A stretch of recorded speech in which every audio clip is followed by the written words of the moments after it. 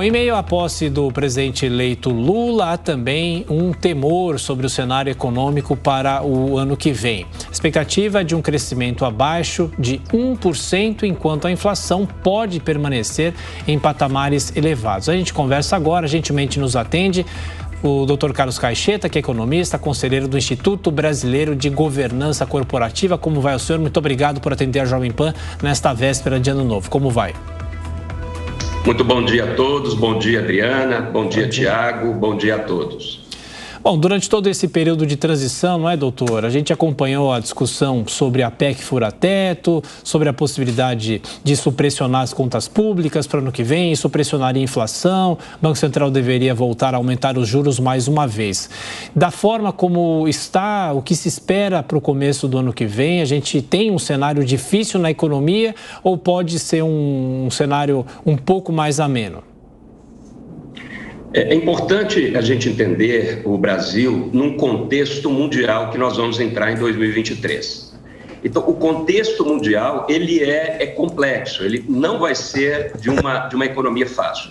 Então, eu vou falar desse contexto e vou chegar no nosso caso. Então, quando você olha os Estados Unidos, que é um dos motores da economia mundial, quando você olha a União Europeia, toda a Europa ali, que é outro motor importante da economia mundial, são duas estruturas que estão fortemente comprometidas em reduzir a inflação. Então, eles estão aumentando os juros, e quando você aumenta os juros nesses dois motores da economia, e o terceiro motor é a China, quando você aumenta os juros nesses países, você faz com que uma série de capitais, uma série de investimentos e recursos sigam principalmente para os Estados Unidos para aproveitar desses juros altos. Então, o que vai acontecer em 2023 é um redirecionamento dos investimentos, do dinheiro mundial, do capital internacional na direção dos Estados Unidos e da Europa, e isso é muito ruim para as outras economias, para os outros países. No caso da China, a preocupação é muito grande em função dessa estrutura dos lockdowns que eles estão flexibilizando agora. Então, quando a gente olha para 2023, um grande motor dos Estados Unidos, ainda com inflação relativamente alta, que tende a decrescer, mas ainda alta para os padrões norte-americanos, e com juros aí em torno de 4,5% a 5% em 2023, que é um juros alto para a economia norte-americana, e crescendo ali entre 0,5% e 1%. A Europa, mesma situação, um juro ainda alto ali na comunidade, na União Europeia, e um crescimento ali também em torno de 0,5% a 1%, com países como a Inglaterra muito preocupados, crescendo menos que isso ainda, 0,3%, 0,4%. E você pega a China, que é outro motor da economia mundial, que vai crescer ali, aí a China indo relativamente melhor, em torno de 4% a 5% ao ano. Isso tem impacto no Brasil. Porque o outro motor econômico é a economia doméstica, é a economia nossa, né? É a nossa economia interna. E quando você tem um novo governo, as pessoas ficam preocupadas sobre o que vai ser feito. E um dos maiores temores é com relação ao gasto, à estrutura que o governo vai fazer, porque o papel fundamental de todo o governo em todas as ações é ser um órgão uma organização de equilíbrio, garantidor da saúde, da educação, da infraestrutura, das questões logísticas, de certa distribuição de renda, mas um órgão, uma instituição menos interventora, mais reguladora, que promove um equilíbrio.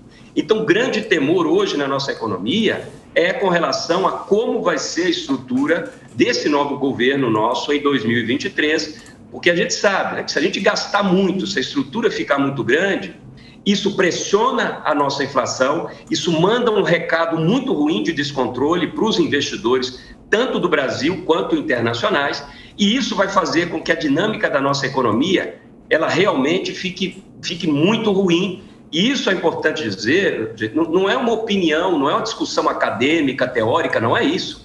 Eu fui executivo por mais de 10 anos, eu faço parte de conselhos consultivos, conselhos de administração, e quando os consumidores e quando as empresas não sabem o que vai acontecer, a gente segura tudo, a gente segura investimento, a orientação é para sentar, como nós dizemos, sentar em cima do caixa e esperar as coisas ficarem mais favoráveis.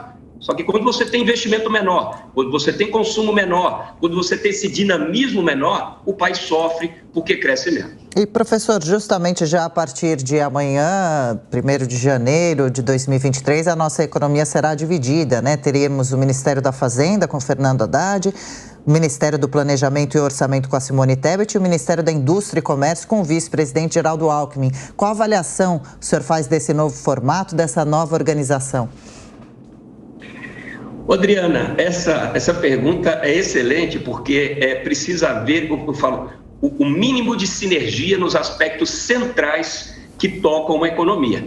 É claro, né, e é saudável opiniões diferentes e divergentes, mas precisa haver um centro, precisa haver uma espinha dorsal que você faz essa convergência, inclusive para que os debates da diversidade, dessa divergência saudável, elas consigam chegar em algum momento para ir para uma estrutura central. Então, eu percebo que isso só será negativo se houver uma disfunção e esses ministérios começarem a agir como feudos e disputando o poder. Eles precisam agir como estruturas diferentes, com opiniões muitas vezes diferentes, mas que tem uma entrega, que tem um resultado central, garantidor, que beneficie o país. Então, se eles conseguirem agir de forma mais integrada, vai ser muito bom. Agora, se ficarem brigando por poder, por instrumentalização, por dinheiro, e cada um fazendo o que quer, aí vai ser muito ruim para todos nós, né? Para toda a sociedade, para todo o Brasil. Professor, na sequência, a pergunta do nosso comentarista, deputado Coronel Tadeu. Professor Carlos, bom dia. Olha, desde o segundo turno, que eu acredito que a área econômica, o Brasil, né, o sistema financeiro, o sistema econômico brasileiro, vem sofrendo sustos atrás de sustos. E agora há pouco eu até tinha comentado, eu me sinto agora num navio à deriva ou até num avião sem rota daqui para frente, né? E nós vemos aí discursos falando em austeridade fiscal, mas aprovaram uma PEC de 150 bilhões de reais. Você fala que o Lula anuncia aí uma medida provisória para segurar o preço dos combustíveis, para manter a desoneração, mas ao mesmo tempo alguém fala em quebra da PPI, do preço de paridade internacional. Então são discursos tão antagônicos, né, que a gente não sabe para onde olhar, qual é o caminho a seguir.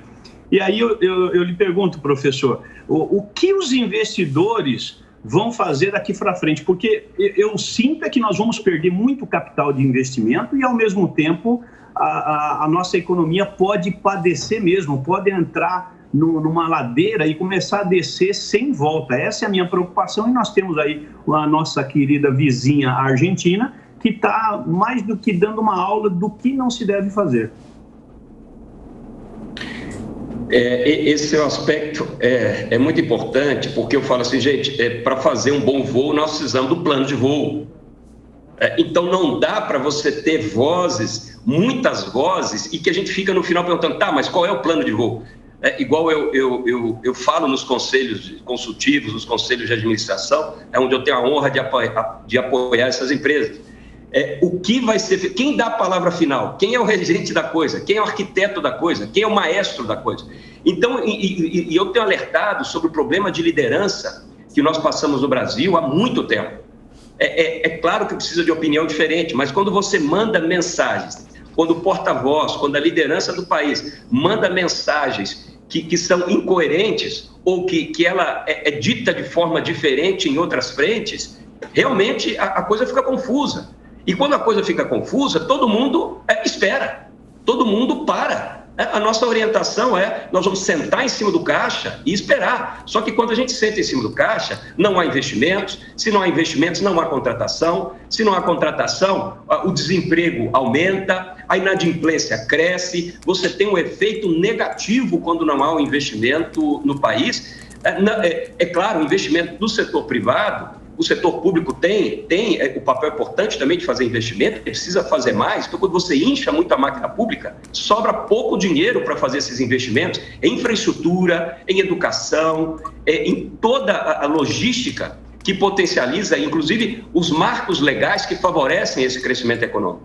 Então, essa ambiguidade e ficar mandando, dizendo uma coisa, depois faz outra, e outro fala outra coisa, isso é muito ruim, porque nós carecemos de verdade um plano de voo organizado, e eu falo com o comandante, com uma liderança, o comandante do voo, uma liderança forte, crível, e que de fato diga a que veio, dizendo e fazendo as suas premissas de direcionamento do país. Professor Carlos, a gente vem falando muito sobre o que esperar da equipe econômica, mas também o que é possível esperar economicamente, claro, do novo Congresso Nacional. Medidas importantes como a boa e velha reforma tributária que a gente fala há décadas e que não sai do papel, saem alguns retalhos, né? Mas a reforma como um todo nunca saiu do papel. E eu pergunto, de que maneira o Congresso que toma posse dia 1º de fevereiro pode ajudar a amenizar esses impactos negativos na economia? Se nós conseguirmos atuar, independente de partido, para um projeto nacional, para um projeto de Brasil, haverá uma estrutura muito boa, né?